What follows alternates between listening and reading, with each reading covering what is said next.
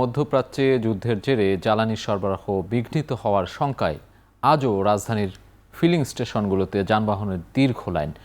দেশে দিনে অক্টেনের চাহিদা গড়ে ১১০০ টন, কিন্তু এখন আতঙ্কিত হয়ে বেশি কেনার কারণে এই চাহিদা পৌঁছেছে দিনে ২০০০ টন। এত বেশি হারে জ্বালানি তেল সরবরাহ হলে মজুত দ্রুত ফুরিয়ে যাবে বলছেন সংশ্লিষ্টরা। এই মুহূর্তে এসব নিয়ে খবর জানাতে শাহবাগ থেকে যুক্ত হচ্ছেন সহকর্মী আতিক মেজবা লগ্ন। রেশনিং পদ্ধতির বিষয়ে কি বলছেন গ্রাহকরা এবং সবাই জ্বালানি নিতে পারছেন কিনা, কি দেখছেন অবস্থা? সাজিদ, জানিয়ে রাখতে চাই, গেল 2 দিনের তুলনায় আজকে দুপুরের পর থেকে আসলে গ্রাহকদের চাপ অনেকটাই কমে গেছে।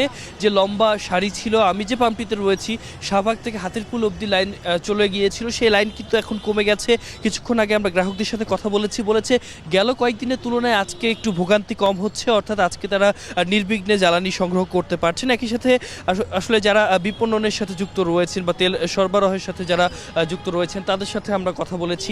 তারাও বলেছেন যে তারাও আজকে বেশ স্বাচ্ছন্দ্যেই মূলত তেল সংগ্রহ করতে পারছেন। আরেকটি বিষয় জানিয়ে রাখতে চাই, যেহেতু আসলে রেশনিং পদ্ধতি গতকালকে থেকে শুরু হলো, আজকে মূলত আনুষ্ঠানিকভাবে এই পদ্ধতি নিয়ে আসলে তেল বিক্রি করা হচ্ছে। তো সেই জায়গা থেকে আমরা আসলে দেখেছি যে এর মাধ্যমে 2 লিটার করেই তেল দেওয়া হচ্ছে। তবে যারা গ্রাহকরা রয়েছেন তারা বলছেন যে যেহেতু আজকে আসলে দুপুরের পর থেকে সারি অনেকটা ছোট হয়ে গেছে, তো সেই জায়গা থেকে তারা আসলে খুব বেশি একটা যে ভোগান্তিতে পড়বেন এমন বিষয়টি আসলে সেই সংখ্যা থেকে কিছুটা বেরিয়ে আসতে পেরেছেন। এবং যেমনটি আমরা জানি যে সরকারের পক্ষ থেকে বা কর্তৃপক্ষের পক্ষ থেকে স্পষ্টভাবেই জানিয়ে দেওয়া হয়েছে যে আসলে কোনো অপ্রতুলতা নেই, তবে শঙ্কা দূর করবার জন্যই মূলত আসলে তারা রেশনিং পদ্ধতি চালু করেছে। তো সেই জায়গা থেকে মূলত রেশনিং পদ্ধতি আপাতত পরবর্তী নির্দেশনা না দেওয়া পর্যন্ত এই পদ্ধতিতেই তেল সরবরাহ করা হবে এমনটি জানিয়েছে। এবং আরেকটি জানিয়ে রাখতে চাই, বেশ কিছু পাম্পে আমরা ঘুরেছি। আমি এখন যে পাম্পটিতে রয়েছি এখানেও কিন্তু যারা আসলে লেডি বাইকার বা নারী যারা গ্রাহক রয়েছেন তাদেরকে আসলে কোনো ধরনের আসলে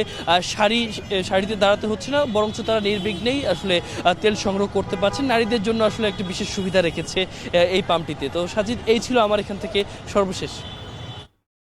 শাহবাগ থেকে সরাসরি যুক্ত হয়েছিলেন সহকর্মী আতিক মেজবা লগ্ন।